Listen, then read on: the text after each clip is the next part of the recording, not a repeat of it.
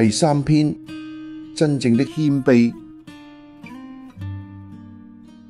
馬太福音3章15節，耶穌回答說：你暫且許我，因為我們理當這樣盡諸般的義。於是約翰許了他。喺經文中，讓我睇見2個真正謙卑嘅榜樣。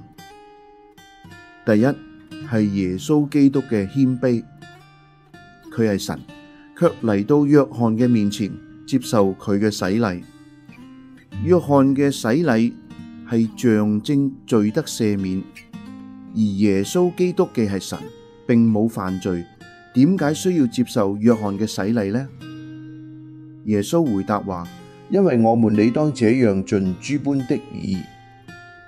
意思就係佢認同約翰為眾人嘅洗禮係必須嘅，而佢既道成咗肉身，亦就接受一樣嘅洗禮。呢個就好似皇帝微服出巡，放下咗皇帝嘅身份。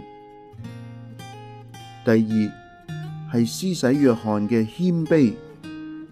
當約翰睇見耶穌落到約旦河，就推辭耶穌話：我當受你嘅洗，你反倒上我呢度嚟咩？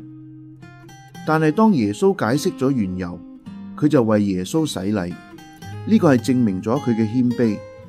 正所謂恭敬不如從命，而從命呢，就表示自己身份嘅卑微。